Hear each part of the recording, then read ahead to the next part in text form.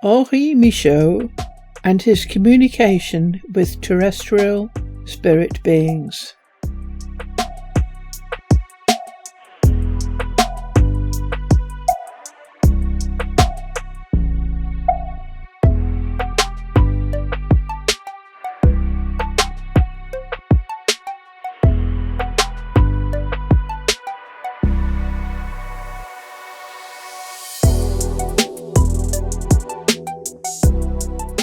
Henri Michaux, 1899 to 1984, was a French-speaking, Belgian-born poet, writer and art critic. He was also a highly original artist. Many of the paintings and drawings used in this video are by him.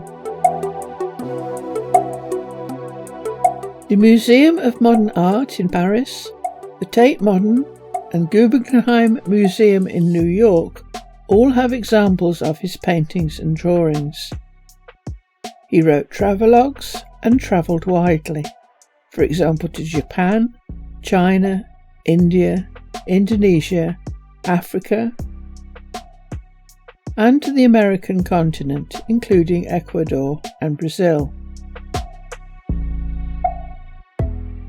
Oriental culture became one of his biggest influences. The philosophy of Buddhism and Oriental calligraphy later became principal subjects of many of his poems and inspired many of his drawings. The result of these trips was a book, A Barbarian in Asia. But he is perhaps best known for his drug experiments, resulting in two of his most intriguing works, Miserable Miracle Mescaline and The Major Ordeals of the Mind and the Countless Minor Ones.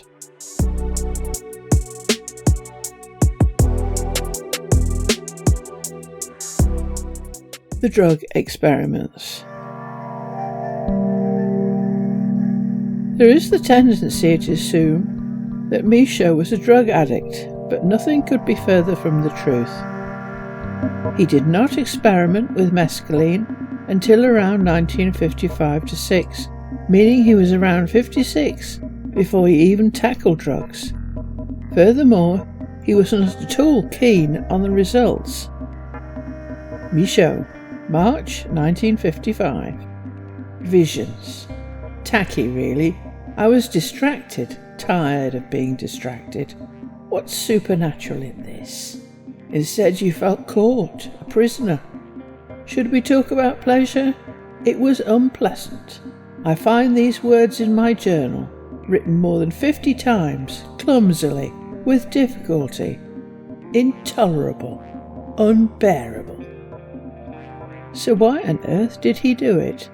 Especially as he even says, "Sorry, I'm more of the water drinking type. Never alcohol, no stimulants, and for years no coffee, no tobacco, no tea. Fatigue is my drug, as a matter of fact." Henri treated the realms visited via drugs as a form of travel. His books about his experiences, LSD, mescaline, hashish, were just another travelogue to him, travel in the mind. And he resorted to this because actual travel gradually became impossible as his health declined. He had heart problems, became anorexic at one stage, suffered intense grief on the death of his wife, who died of TB, and was in terrible pain.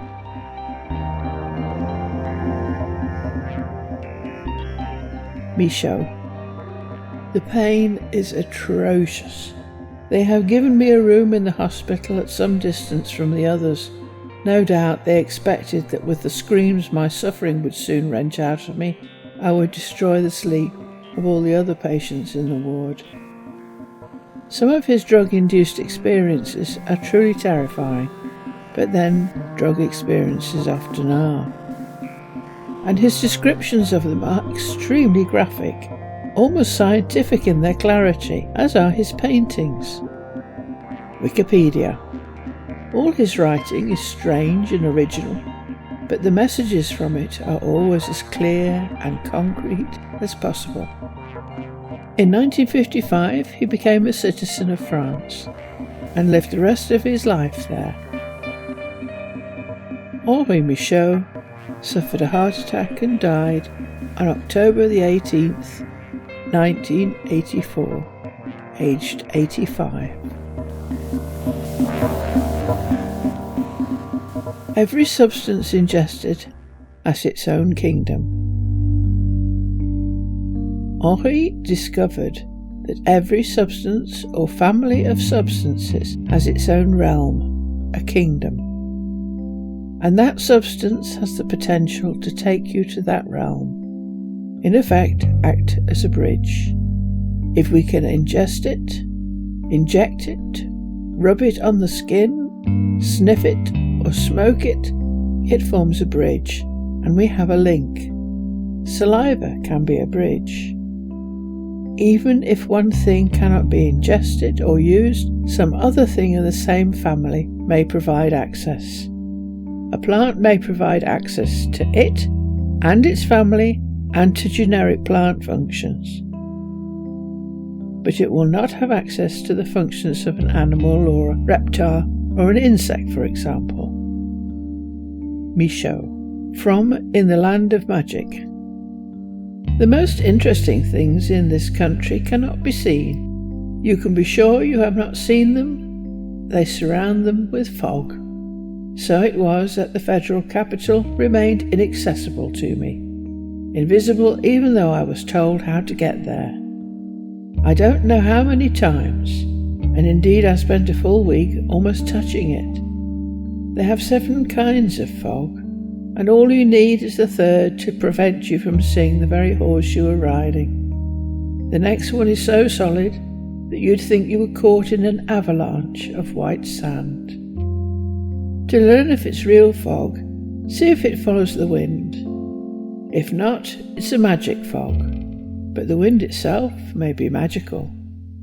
I say this because it seems to be an objection, but in actual fact a magus does not produce both fog and wind, although I do not know the reason for this. Their fog is enough to drive you mad.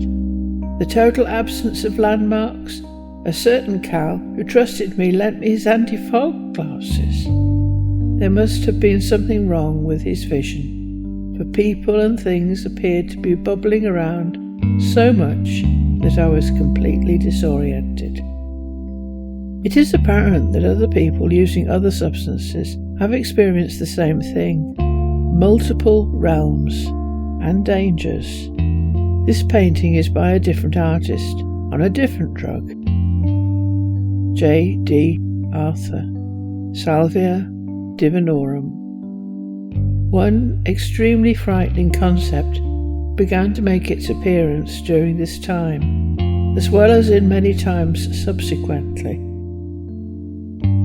I was becoming more involved in the reality of my visions, while at the same time relinquishing all memory of my former self. It was as if I might actually awaken in one of these realms with no memory to serve as a way of returning. This feeling that one could slip so easily to the other side is quite terrifying, yet it is so common that it seems intrinsic to the journey.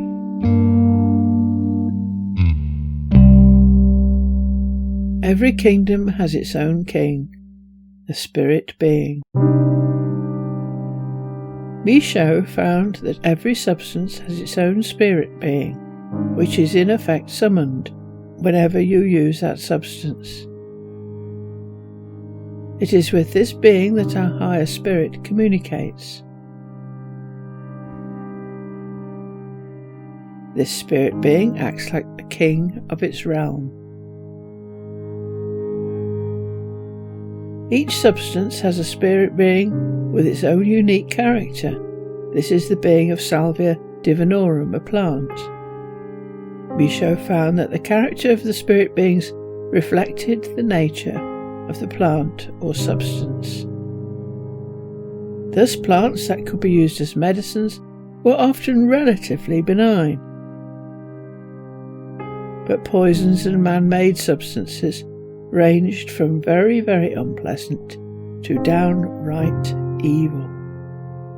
Indigenous peoples speak of the spirit of a plant, and that by taking a substance they invoke the spirit of the substance, a form of telepathy. But the danger Michaux found was that at the wrong dose and with the wrong intention, invocation becomes possession. Henri Michaux, Miserable Miracle Mescaline. At this point you become conscious that you are not alone within yourself. You are lodging someone else, inhabitant number 2. Michaux took cannabis in order to compare the character of the cannabis spirit with the mescaline spirit. Henri Michaux, Miserable Miracle Mescaline.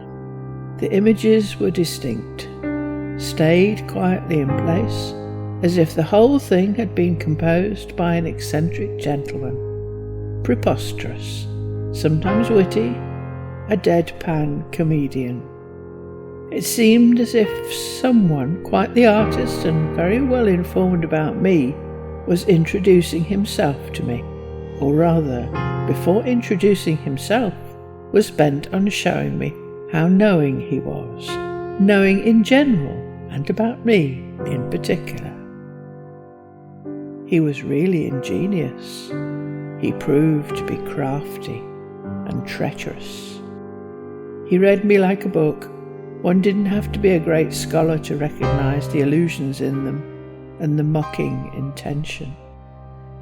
Michaux concluded that all the spirit beings of these substances were a great deal more intelligent, crafty, and devious than humans, and all regarded us with deep disdain.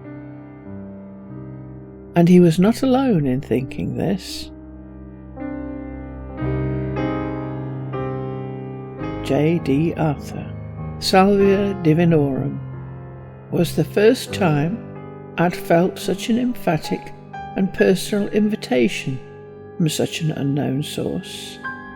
The state this appeal engenders is very paradoxical. On the one hand, it seems a magical opportunity, the possibilities of which seem limitless. On the other hand, one is gradually given to understand that death itself is a magical beckoning that holds endless promise as well. Whether these two states of invitation are one and the same is unknown. At this point, I've declined the invitations, since to fully acquiesce, it would seem that one should be willing to accept equally the genuine possibility of either option. In other words, every king is aiming to build up his subjects, preferably for them, on a permanent basis. Indeed, there seem to be battles between the kings, and they are forever on the lookout for new recruits.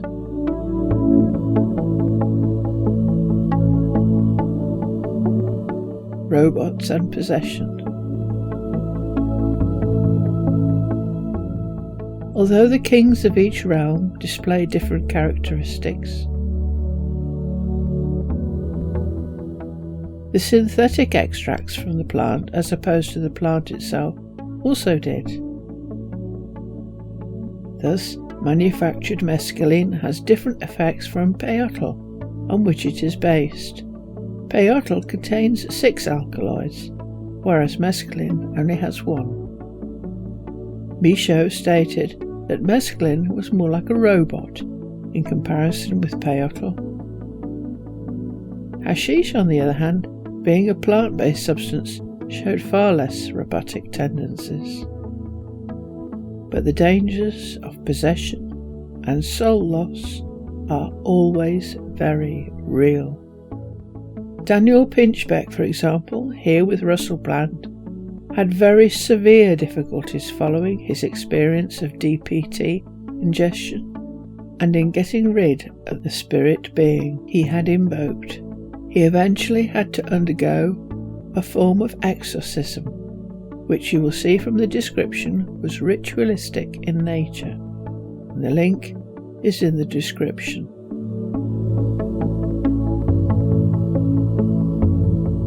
The terrifying conclusions drawn from Michaux's experiments. John 14:2-12, New International Version. My Father's house has many rooms. If that were not so, would I have told you that I am going there to prepare a place for you? And if I go and prepare a place for you, I will come back and take you to be with me, that you also may be where I am. It is only once one realizes that there are any number of rooms, more correctly realms, this is the realm of mescaline, that this quote from the Bible becomes clearer.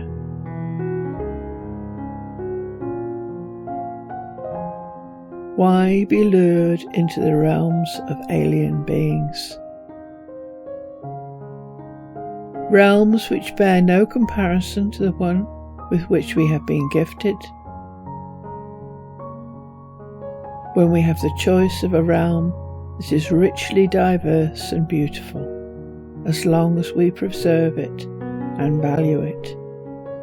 Jesus was but one Saviour, but every religion, apart from Judaism, as its saviour. A person able to show people how to avoid being sucked into other realms on death. Man-made drugs and psychedelic plants are a trap. A trap designed by cunning spirit beings to lure us into alien realms from which we cannot escape. And there is, given what Michaux discovered, a terrible danger of possession by beings, whose intent is only to gather more subjects and power in a spiritual war that has always existed between the powers of darkness